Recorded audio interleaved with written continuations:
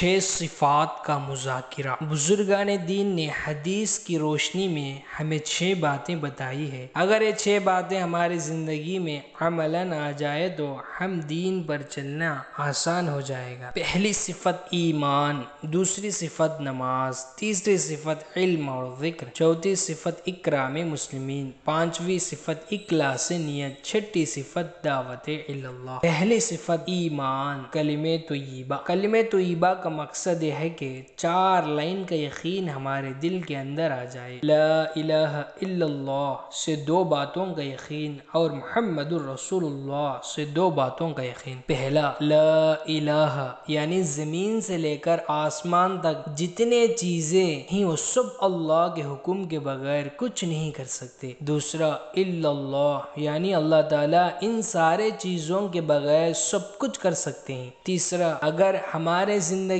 میں محمد الرسول اللہ صلی اللہ علیہ وسلم کے طریقے موجودہ ہیں، دنیا کی کوئی چیز بھی موجودہ نہ ہو تو بھی ہم دونوں جہاں میں کامیابی ہو جائیں گے۔ چوتھا، اگر ہماری زندگی میں محمد الرسول اللہ صلی اللہ علیہ وسلم کے طریقے موجودہ نہ ہو تو دنیا کے سارے چیزوں بھی موجودہ ہو بھی ہم دونوں جہاں میں ناکامیابی ہو جائیں گے۔ فضیلت، حضور اقدس صلی اللہ علیہ وسلم کا ارشاد ہے، جو بندہ کسی وقت بھی دن میں یا رات میں لا الہ الا اللہ کہتا ہے تو اعمال نامے میں سے برائی مٹ جاتی ہے اور ان کی جگہ نیکی لکھ دیا جاتا ہے۔ ایک حدیث پاک میں آتا ہے، قیامت اس وقت تک قائم نہیں ہو سکتی جب تک لا الہ الا اللہ کہنے والے کوئی زمین پر، دوسری حدیث میں آیا ہے کہ جب تک کوئی بھی اللہ اللہ کہنے والا روئے زمین پر ہو قیامت نہیں آئے گی۔ حاصل کرنے کا طریقہ، کلمہ کا یقین حاصل کرنے کے لیے 4 لائن کی مشق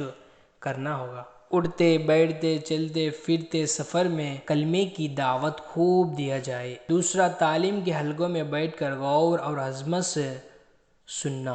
تیسرا، خدا کی قدرت پر غور کیا جائے، جیسا بغیر ستونوں کے آسمان کے کھڑا کرنے والے اللہ ہیں، بادل سے بارش برسانے والے اللہ ہیں، زمین سے غلہ اگانے والے اللہ ہیں، زندہ مرغی سے مردے انڈے کو پیدا کرنے والے اللہ ہیں، مردے انڈے سے زندہ مرغی کو پیدا کرنے والے اللہ ہیں، وغیرہ چیزوں پر غور کرے۔ اس سے غور کرنے سے ہمارا ایمان بڑھتا ہے۔ اور چوتھا، رو رو کر اللہ سے کلمے کا یقین مانگے۔ دوسری صفت نماز۔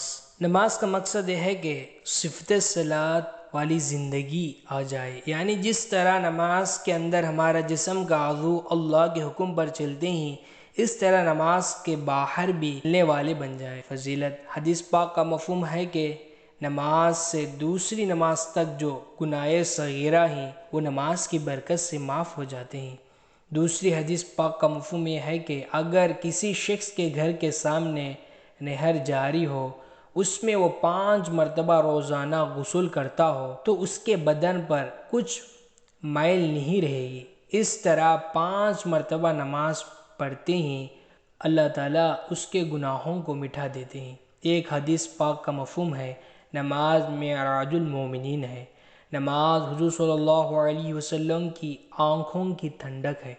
حضور صلی اللہ علیہ وسلم کا ارشاد ہے، اللہ جل شانہ نے میری امت پر سب چیزوں سے پہلے نماز فرض کی ہے اور قیامت میں سب سے پہلے نماز کا ہی حساب ہوگا۔ حاصل کرنے کا طریقہ، اول وقت میں نماز پڑھنے کی کوشش کرے۔ جب اذان کی آواز سنے تو فوراً اپنے سارے کاموں کو چھوڑ کر نماز کے لیے اپنے آپ کو تیار کرے۔ دوسرا، نماز میں جو کچھ پڑھے جاتے ہیں اسے ٹھیک ٹھیک یاد کرے۔ غسل سے لے کر سلام پھیرنے تک تمام مسائل کو معلوم کرے۔ تیسرا، نماز کے اندر اللہ کا دھیان پیدا کرنے کے لیے 3 تسبیحات کی پابندی کرے اور قرآن شریف کی تلاوت ادب کے ساتھ کرنے کی کوشش کرے۔ چوتھا، رو رو کر اللہ سے نماز کی صفت کو مانگے۔ تیسرا، علم اور ذکر۔ علم کا مقصد یہ ہے کہ تحقیقات کا جذبہ پیدا ہو جائے اور جہالت والی زندگی ہم سے دور ہو جائے۔ جو شخص اسلام کو زندہ کرنے کی نیت سے علم سیکھتے سیکھتے مر گیا، جنت میں اس کے اور انبیاء کے درمیان صرف ایک ہی درجہ کا فرق ہوگا۔ ایک حدیث پاک کا خلاصہ ہے، حضور صلی اللہ علیہ وسلم نے فرمایا تمام مسلمان مرد عورت پر دین کا اتنا علم سیکھنا فرض ہے جس سے حلال اور حرام کی تمیز ہو سکے اور جائز اور ناجائز کی پہچان ہو سکے۔ ایک حدیث پاک کا خلاصہ ہے، حضور صلی اللہ علیہ وسلم نے فرمایا جو بندہ علم دین سیکھنے کے لیے اپنے گھر سے نکلتا ہے، فرشتے خوشنودی کے واسطے اس کے پیروں کے نیچے اپنے پروں کو بچھاتے ہیں اور تمام مخلوقات یہاں تک کہ چرندے پرندے، جنگل میں رہنے والے جانور، حتیٰ کہ دریا میں رہنے والے مچھلیاں تک دعائیں مغفرت کرتے ہیں۔ حاصل کرنے کا طریقہ: فضائل کی کتابوں کو مجمع میں زور سے پڑھے۔ دوسرا، فضائل کی کتابوں کو غور اور عظمت سے سنے۔ اپنی زندگی کی ہر عمل علماء سے پوچھ کر کرے، اگر نہ ہو سکے تو معتبر کتابوں کو دیکھ کر۔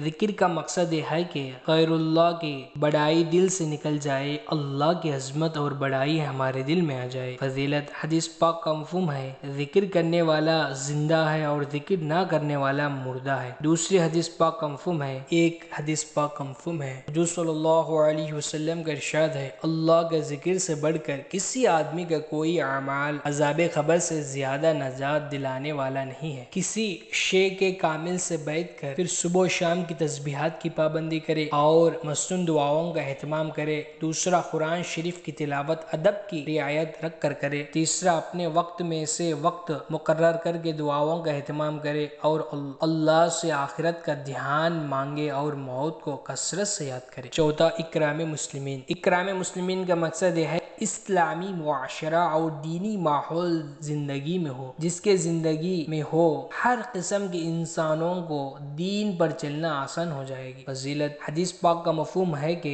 جب تک ایک مسلمان اپنے کسی مسلمان بھائی کا کام میں لگا رہتا ہے، اللہ خود اس کی مددگار بنتے ہیں۔ حضور صلی اللہ علیہ وسلم کا ارشاد ہے وہ شخص جو ہمارے بڑوں کی تعظیم نہ کرے، ہمارے بچوں پر رحم نہ کرے اور علماء دین کی قدر نہ کرے، وہ ہماری امت میں سے نہیں ہے۔ حاصل کرنے کا طریقہ: اس نمبر میں 3 باتوں کا مشق کرنے سے ایک زبردست طاقت موجودے میں آئے گی، یعنی اسلامی معاشرہ اور دینی ماحول زندہ ہوگا، ہر انسان کی ضرورت پوری ہوگی، کسی سے کسی کو تکلیف نہیں پہنچے گی، بلکہ ہر ایک دوسرے کو آرام پہنچائیں گے۔ حقوق کی ادا کرنے کی فکر ہو، ہر شخص اس بات کی فکر ہو مجھ پر کسی کا حق ہے، کیونکہ مخلوق کے حق ادا نہ کرنے کو خدا معاف نہیں کریں گے۔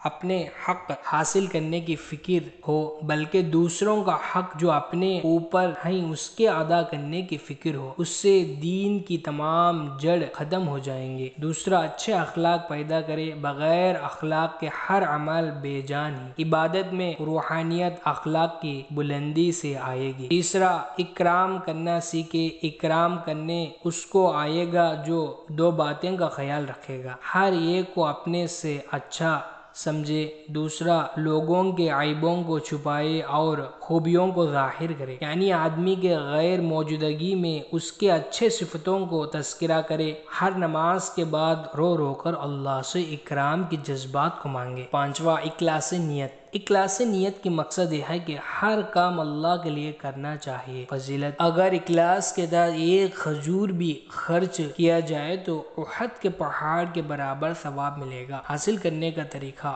اخلاص کے بغیر ہر عمل بیکار ہے۔ اخلاص کی دولت جتنا نصیب ہوگی اسے اللہ کی قرب نصیب ہوگی اور دعا کی قبولیت کی دروازے کھلیں گے۔ اخلاص میں ترقی کے جو صلی اللہ علیہ وسلم کا ارشاد ہے اخلاص والوں کے لیے خوشحالی ہو کہ وہ ہدایت کے چراغ ہیں، ان کی وجہ سے سخت فتنے دور ہو جاتے ہیں۔ حاصل کرنے کا طریقہ: روزانہ کوئی ایک عمل ایسا کرنے کی کوشش کرے جس کو اللہ اور اس کے فرشتوں کے سوا کوئی نہ دیکھے۔ تیسرا کام دعا کرنا، اخلاص کی حقیقت کو دعاؤں کے ذریعے رو رو کر اللہ سے خوب مانگے۔ دعوت اللہ سے چاہا جاتا ہے کہ ہمارے جان و مال کی ترتیب صحیح ہو جائے، اور ہر انسان کو اللہ نے 2 نعمتیں دی ہیں، جان اور مال۔ مومن کے جان و مال کو اللہ نے جنت کے بدلے میں خرید لیے ہیں۔ جان اور مال اللہ کی دی ہوئی امانت ہے، اسے ہم اپنی مرضی کے مطابق استعمال کریں گے تو جب سے